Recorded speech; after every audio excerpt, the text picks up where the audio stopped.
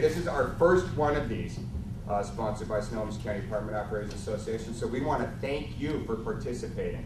Now, obviously, sometimes you can't always predict what crazy thing a tenant's going to do.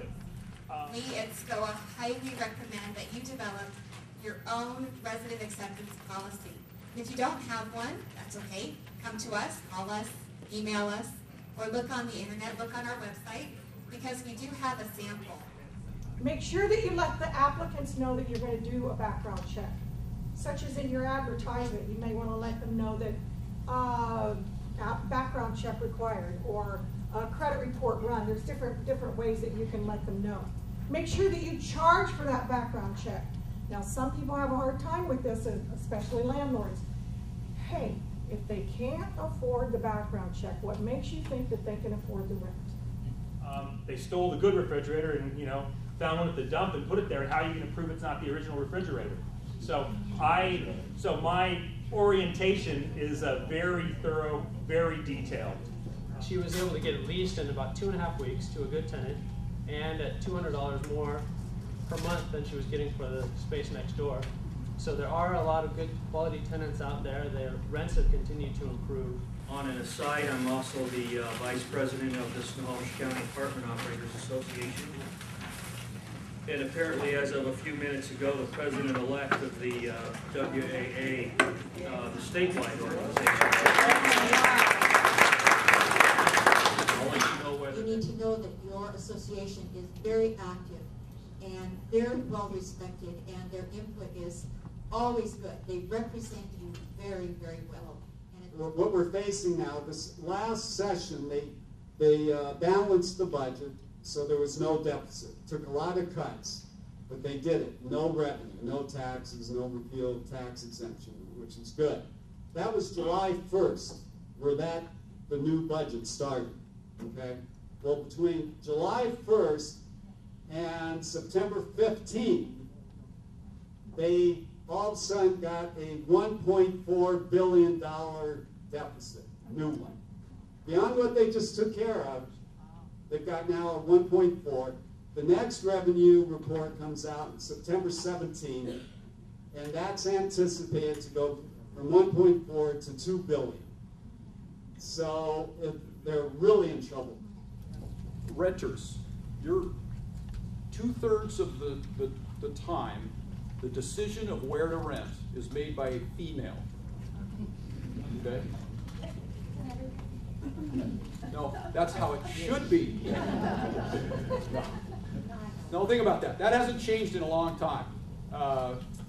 We've been around this business for a while, but that's even with couples, if you think about it. I like to tell the story, you know, when I first learned this in the business, and I went and joined one of my site managers in a tour of a unit, and I watched this couple come in, and you know how this goes. She walks in and she turns right to the kitchen and the bathrooms, and she's down here and she is it clean and what are the, and he walked right out onto the deck to survey his domain, right? And if I wasn't watching, he probably would have marked his territory right there, right? You know, I've always believed that elbow equity owners are an interesting group of people, because if you don't have a sense of humor in this business, you're not going to last very long.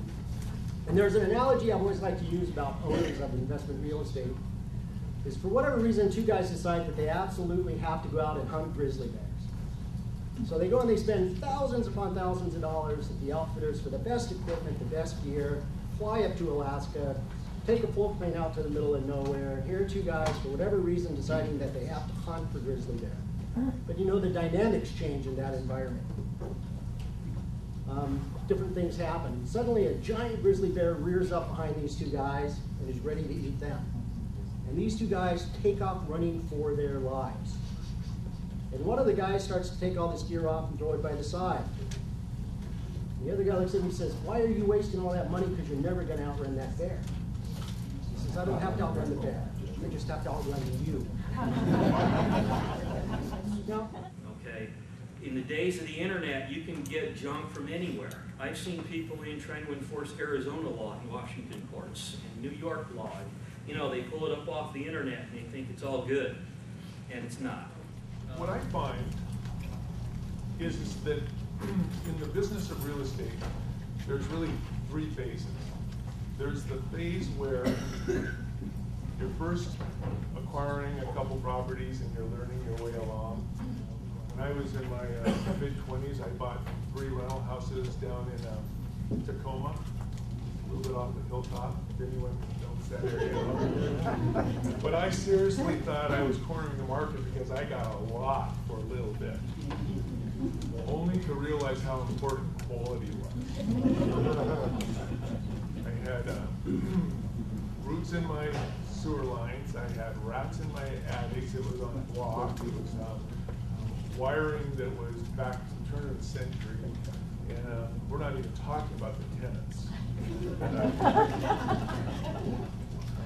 So my greatest day was the days that I sold those properties. What I want to focus on is alternatives to the standard fare of stocks, bonds, and mutual funds, okay? So a lot of our clients buy real estate, whether it be REOs or foreclosure properties or multi-family units and things like that with their IRAs in their 401ks, because what we do is we're the custodian for those assets. Said, well, you know, there's been a few abuses here, and we want to limit the choices that you have to invest in, and so that's when these collectibles and life insurance rules came down. So you can't invest in art, you know, the Persian rug at the bazaar on the highway on Sunday. Metals, gems, antiques.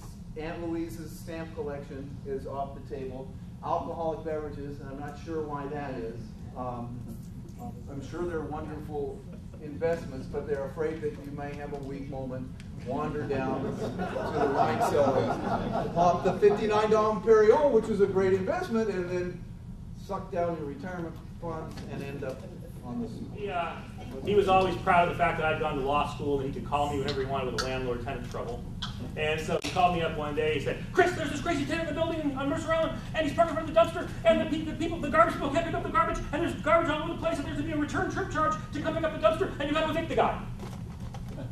Something like that, except it was in Greek.